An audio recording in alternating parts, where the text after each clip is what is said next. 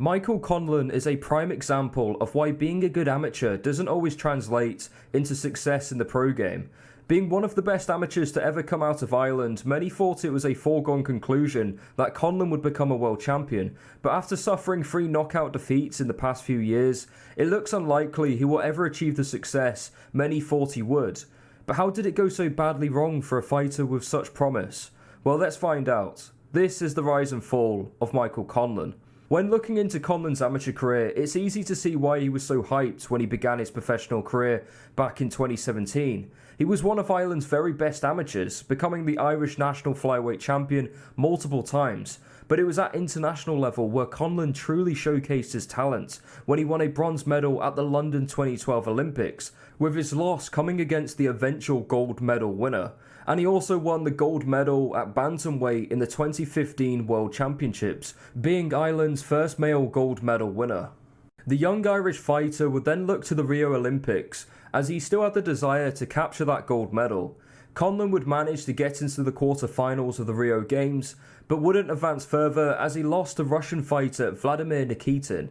This is probably the moment that many were first introduced to Conlan, as this fight sparked mass outrage due to the judges' scoring being highly controversial, and it also spawned a now famous interview from Conlan where he was ranting about the decision after the fight. A lot to get off your chest after that. Yeah, Eber cheats. Cheats. It's about that, that's me. I'll never box for Aba again. They're cheating, paying everybody. And you know, I don't give a cursing on TV.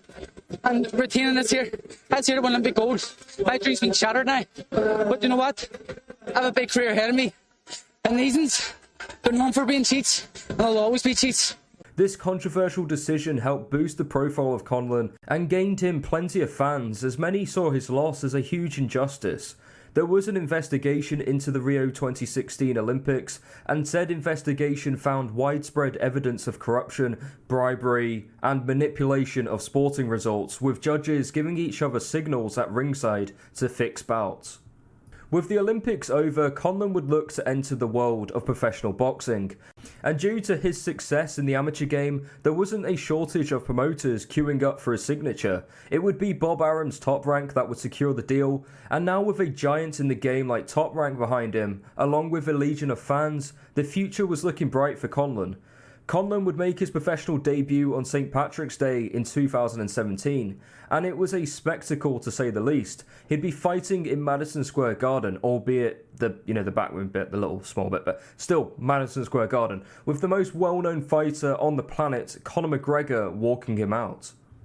He'd get a 3rd round KO to kickstart his pro career, and would win his next 8 fights without getting out of second gear. What I noticed early with Conlan was he liked to hunt for the knockout, and in doing so he allowed his defence to become more vulnerable, and he was taking a lot of unnecessary shots against low-level opposition. Conlan reminded me a lot of Katie Taylor in the sense that he just loves to engage in a scrap, which would eventually contribute to his downfall. Conlan's first major test came against former Commonwealth champion and veteran Jason Cunningham. Conlan would make it 10 wins in his pro career after a hard-fought 12-round battle, with Conlan on top for the majority of the fights. He would win by unanimous decision. Cunningham was very durable, taking plenty of big shots and showing lots of heart, but the better work would ultimately come from Conlan. Conlan would face a very familiar opponent later in the year when he fought Vladimir Nikitin. You might remember that name from earlier, as this was the same man who won the controversial bout in the Olympics. They're known for being cheats, and they'll always be cheats. Despite Vladimir not being anything to write home about as a pro, this fight had huge significance for Conlan. Conlan put on a very disciplined boxing display for a lot of the fights, using his superior movement and jab to remain in control. There were some issues I took from the performance, and that was Conlan's obsession with trading with Nikitin. Conlan isn't a big puncher, and I felt he just took unnecessary shots like I mentioned earlier, where he should just stick to his boxing. After 10 rounds, Conlan would win by unanimous decision and finally get his revenge. Conlan would be 1 fight away from getting a world title shot when he fought for the vacant WBA interim featherweight title against former bantamweight world champion TJ Doheny. The fight wasn't a complete one-sided affair, with Doheny having plenty of success, but the better work would come from Conlan. He would drop Doheny in round 5 with a body shot. Despite being clearly hurt, Doheny managed to survive the round and come back with his own shots. After a hard-fought fight, Conlon would win by unanimous decision and be in line to fight the Nottingham Sheriff, the WBA champion Lee Wood. Which in hindsight, I don't think Conlon had the necessary fights before this to really get himself ready for Lee Wood. Adam Booth and Conlon were utterly determined to get a shot at a world title as soon as possible, and I know Conlon had been in the amateur system for a long time, but you can't rush into big fights, and I don't see the names on his resume that sets him up well for this fight, and I suspect they massively overlooked Wood as well.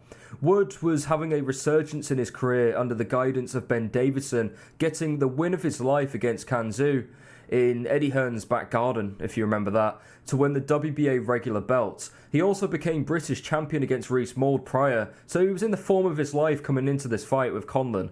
After a fiery build-up, it would live up to the hype and then some. Both men would put on a fight of the year. It couldn't have started any better for Conlon as he dropped Wood at the very end of round 1 with a pinpoint left hand.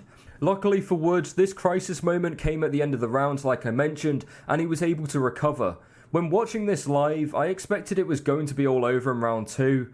Conlon was all over Wood, looking a punch away from victory at times during round 2 and 3, but he couldn't get Wood out of there, and in the process spent a lot of energy which would come back to bite him in the later rounds.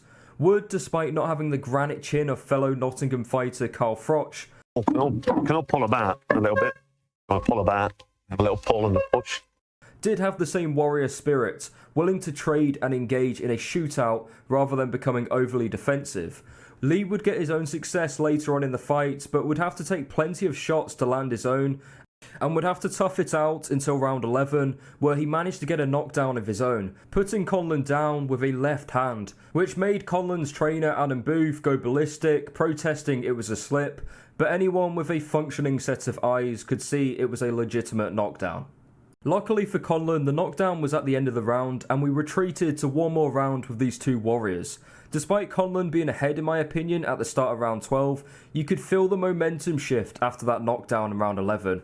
The crowd was split between Irish and English fans, and it was clear the English were the ones who were the more confident with their man, and their support was ultimately rewarded. Both men would stand in the centre of the ring and trade, but Wood was clearly the more powerful out of the two, and was getting the better of the exchange.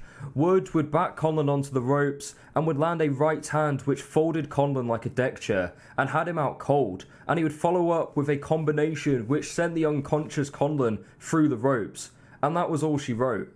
A brutal ending to a very brutal fight, and one that would have long-term implications on Conlon's career because the damage he took in this fight clearly had long-lasting effects. Conlon would make a very speedy return to the ring, too speedy if you ask me, only 5 months on from being badly knocked out. He was obviously eager to put to bed the demons of that night in Nottingham, and he would be making his comeback against world title challenger Miguel Mariaga, which he would beat with ease, putting the Colombian down 3 times to eventually win on points. Conlon would remain very active, getting a fight at the back end of the year against former European champion Kareem Gurfi, who I remember well for beating the hell out of Jordan Gill for 9 rounds to then being brutally knocked out. Anyway, Conlon would destroy Gurfi in a round before getting his second world title shot against IBF world champion Luis Alberto Lopez. The strong Mexican fighter had an unusual style, throwing punches from a vast array of different angles, which bamboozled Conlon throughout the fight. The fight was competitive early on, with Lopez producing the better work. In round 5, Conlon made the mistake of standing in the pockets and trading. His style to crouch down low with his hands down and the lack of head movement resulted in Conlon putting himself perfectly into the right hand of Lopez, which wiped him out. It was a very familiar scene to the way he was knocked out against Wood, showing his poor fight IQ and defense, and he paid the ultimate price. Yet again, another fight where Conlon took a hell of a lot of damage. There are ways to lose fights, but being knocked out as brutally as Conlon has in his last few fights shortens your career massively. Again, much like his first knockout defeat against Wood, he'd take very little time out to recover and would take on former European champion Jordan Gill, who suffered a bad knockout himself a year prior to the legendary Kiko Martinez. Gill for me won the early rounds using his natural size advantage and power to overwhelm Conlon. and he managed to score a knockdown in the second round with a big left hand. Gill isn't a massive puncher, and despite hurting Conlon a few times in the rest of the round, he was unable to get the finish. Conlon became the more active fighter in round 3, controlling the distance better and landing some solid shots, but Gill was still landing powerful shots, which were wobbling Conlon.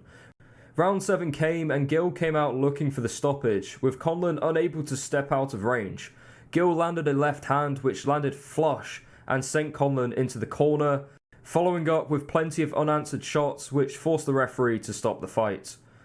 So where does Conlon go from here? After suffering 3 KO losses in his career, the mental scars might be too big to heal.